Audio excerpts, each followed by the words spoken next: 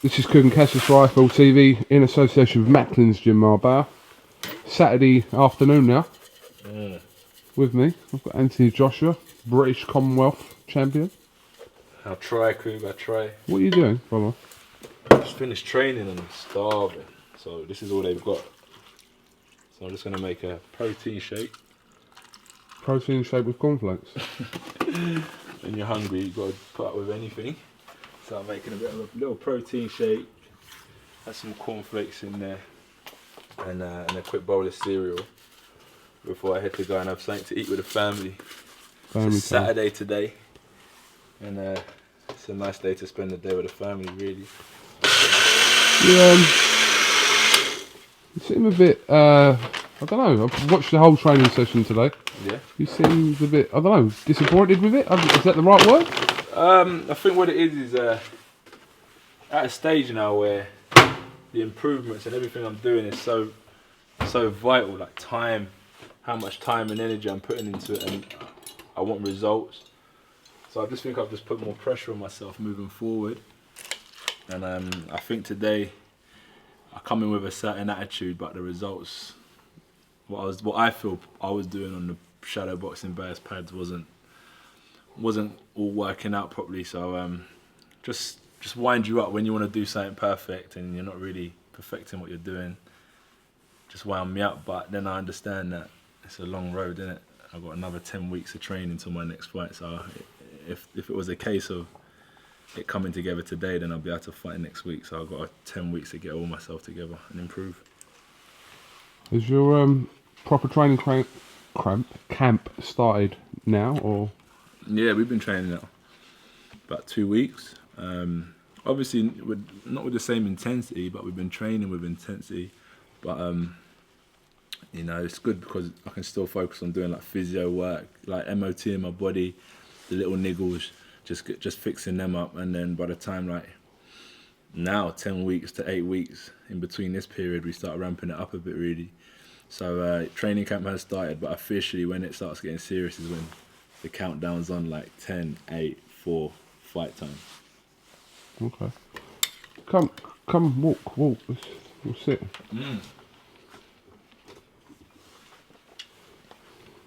Full facilities here at the Matchroom Gym. It does seem like a long time ago now since your fight with Dillian Whyte. Does it feel like a long time ago? Yeah, it's like come and go. You build up for such a long time and then boom, it's gone.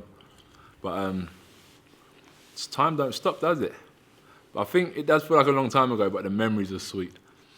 The memories are sweet, man. Do you usually critical after each and every performance? But I noticed this time, as well as you being critical of your own performance, a few other people on the outside were possibly a little bit critical of your performance, possibly because you didn't blow him out early, or you know, there were moments in the fight where it seemed like Dillian may have caused you problems, which could have been or could have not been expected, depending on how you were looking at the fight. But have you had criticism over your performance? Yeah, by my coach, for sure. But he kind of gets it. When you're fighting someone you don't like, you don't box, you fight with emotion. You go to fight, and that's what I said to Dillian. When we was in the ring and it was trading off, I said, come on then, let's fight. He's been saying that he wants to fight outside in press conferences and so on. So I just said, let's fight, man, let's go to war. And that's how I saw that fight. May the best man win. I wasn't fighting for no one. I wasn't fighting to show my skills or technique. I just wanted to just go to war and let the best man win. And luckily I come out in the 7th round, caught him with a nice shot. I caused some damage and I managed to finish him off. And I come out victorious and I can move on. And now I can focus back on fighting people that have no relevance to my emotions and I don't really know. And I can just focus on my boxing rather than going to war on emotion.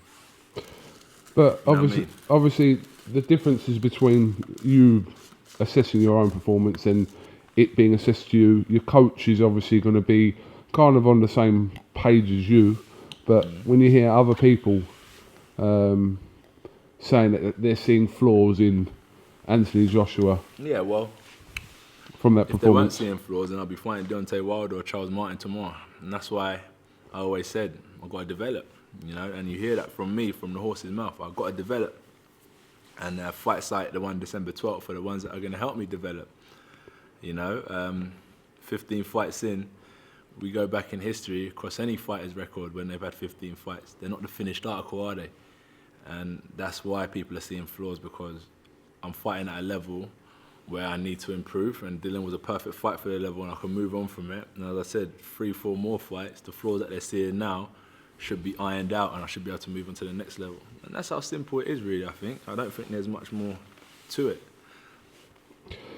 We're kind of awaiting news, which I understand hasn't been, obviously, everyone kind of thinks it's been done but not confirmed, but you know, talks are still going on for your opponent regarding April the 9th.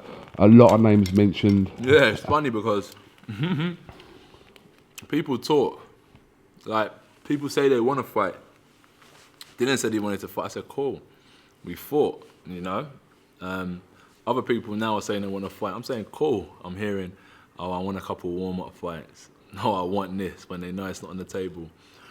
Or we put things forward that they've never had before. They say they're not ready. So it's interesting because what's perceived in the public, what people say, is different to what they say behind closed doors when they're sitting face-to-face with my promoter.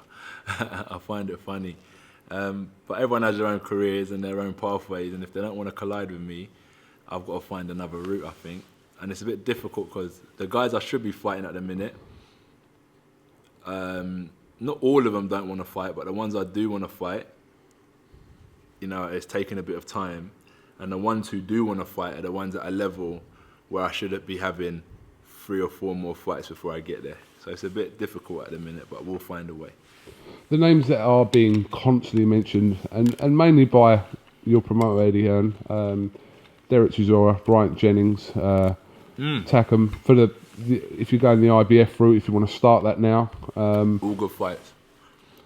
All fights. But what do you want? Do you want a fight that is, like I said, a step up from Dillian that's going to sort of continue your progress, or do you want something that's going to lead you towards a possible world title shot, which could be against Charles Martin? I don't think me fighting for a world title right now is clever. You know, the public will want it, and as long as I'm winning, the public will get it at some stage. But is that because you don't feel like you're ready for that? It's only a fight, innit? But once you're up there, there's no turning back. Once I fight at world championship level, there's no more developing. And that's why I really know I've got a lot more to give.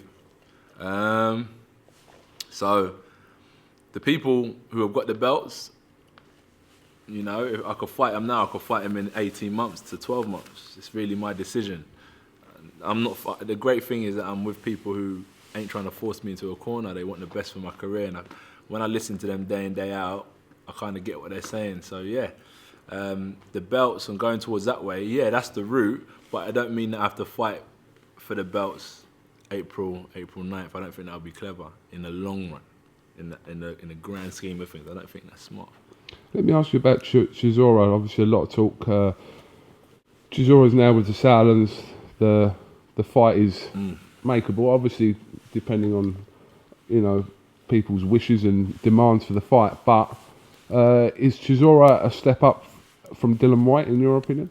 Yeah, because of the people that he's been in with. That's what I'm saying. Like, Jennings is a good fight because he's been in with Klitschko, lost on a decision. He boxed Bilka. I think he stopped him in 5 rounds. Who Wilder stopped him in 9. Luis Ortiz, that was his recent fight. He got beaten. So maybe he needs someone at my level on the come up, or he needs a couple of warm up fights and get back at that top level.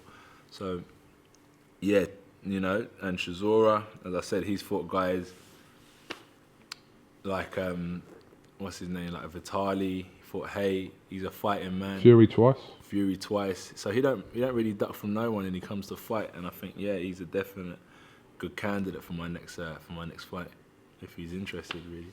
A name that keeps being thrown about as well is Joseph Parker from New Zealand. Yeah. Have you seen much of Parker? Yeah, of course. I see them all. What do you think about that fight? If he wants it, he can come fight me. No problem. That's just promotion, really. I've known about Parker since probably about 2009, because when I was coming up the amateurs, he was an amateur member. We're at the same level as pros, so I used to watch him as an amateur, just trying to study who I'll be fighting, but he went pro early. Styles make fights, innit? He's knocking out guys over in New Zealand, I'm knocking out guys in the UK. We come together and someone's going to get knocked out. That's just two heavy-handed, fast, young prospects coming through the division. And I think sooner or later, the heavyweight division, the cream always rises to the top. It's a bit unbalanced at the minute. You know, we've got champions here, ex-champions. David Haye wants to fight me. We should be focusing on Fury and Charles Martin, and it's all a bit up and down. And I think sooner or later it'll balance out, and that's why like me and Parker and so on will be good fights at some stage sooner than later, so we can find out who is going to come and dominate the heavyweight division. I mean, two potential super fights, domestic, you know, whether they be for world titles or not, is you against Haye, you against Tyson Fury. But are we a little bit way off that yet? I don't even bother to talk about them two at the minute. Why? Because they're not people I'm focusing on fighting in April. You know what I mean? So I don't really need to mention their names. Their names are always floating about because they're champions, but I don't really need to worry about them just yet. I keep an eye on them, but not worry about them because I don't think I'll be fighting them in April. So, is it a possibility that you could be fighting for the European title on the night? I don't know, but I wouldn't mind. That's what I'm saying. I wouldn't mind fighting at a European title level. I wouldn't mind it at all. But as I said, like a Jennings, Chisora, Stavern? Stavern's a good fighter.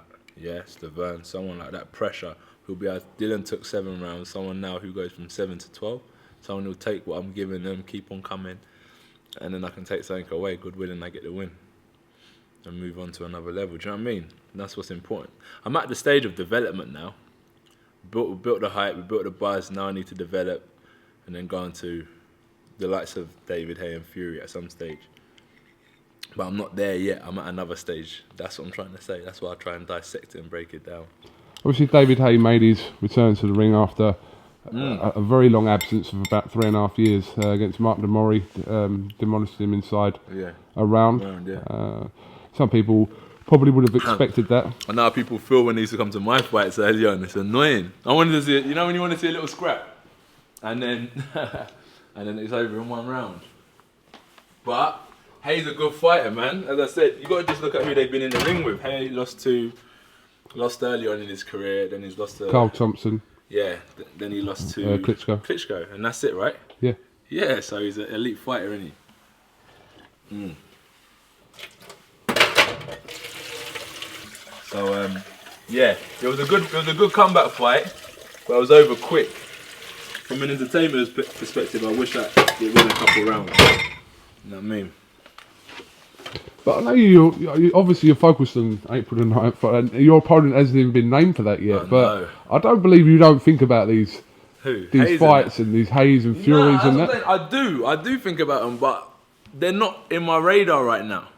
So why am I going to lose sleep over it? As I said, I'm focusing more on the guys at like European level and defending my British title a couple of times. And then I could step up. It's great. As I said, I feel like I've got good opportunities, but no one's going to rush me. I do things in my own way, in my own time. After your fight with Dillian, there was a video that went viral when Stormzy came into your dressing room. Was you the man behind the camera? I was the man. I was the only man with the camera, so everyone else who rips it off, thanks a lot for that. But there was a quote from you that sort of went viral as well. And then since then, it sort of continued on. I just wanted your take on it. Stormzy has made references, hasn't named him, but has made references to Dillian Whyte, it seems, in his latest video. What do you make of all that? Dillian had a chance, I think, to present himself to, not to the world, to the thousands or millions of people who viewed the fight or heard about the fight. And I just think not many people took to him, really.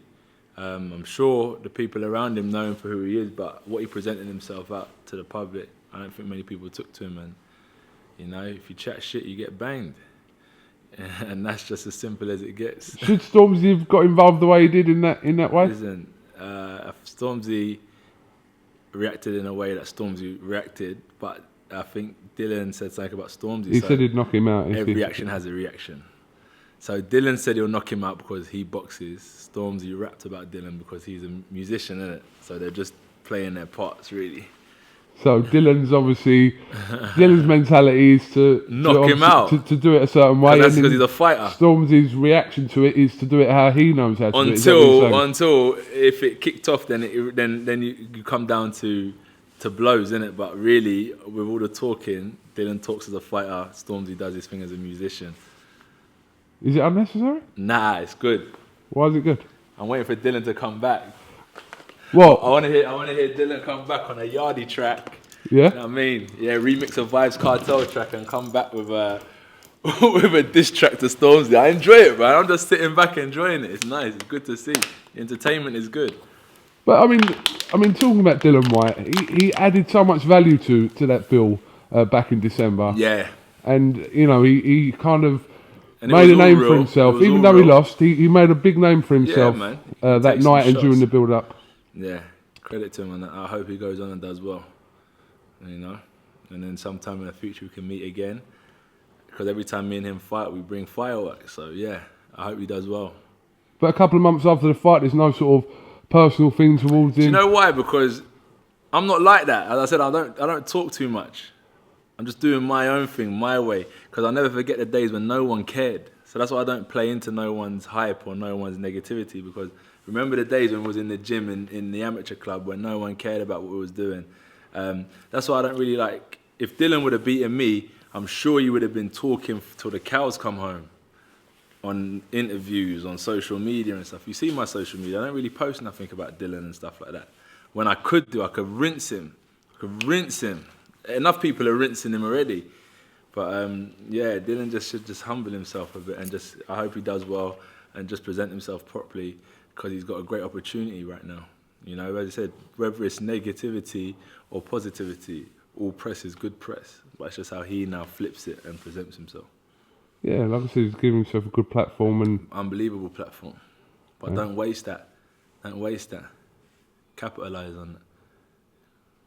Okay, listen. I know you got to get to a family event, so I'm not going to take too much of your time. So I'm going to ask you one question though, just to end on this Dillian thing with Stormzy.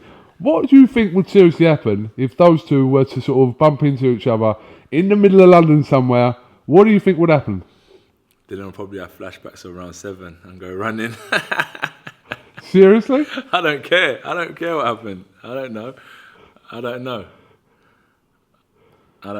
But listen, as brothers, them men should just kind of squash their beef, you know. And as I said, remember the positions that they're in and the kids that are watching and that and try and inspire the youth because kids only do what they see. And then just find a way to turn it into something positive and just say, look, you can have beef with a certain man, but then there's ways you can deal with it. Because I think that as young black males, we always resort to violence, and that's all we're known for, whether it's down to films, music. Stereotypes. I think if they could flip it into a positive, it will be good, but if you want to take it to the roads, I can't blame them because we're just born warriors. But they have to educate themselves and just try and present themselves in a different way. As I said, it's an opportunity that they've been blessed with, so just try to take advantage of it. All right, we can leave it there. Just wanted to get your take on it. So, Anthony Joshua, listen, thank you very much for talking to IFL TV. Yeah. One thing before we crack up. Is that all right? Yeah. Chat shit, get banged.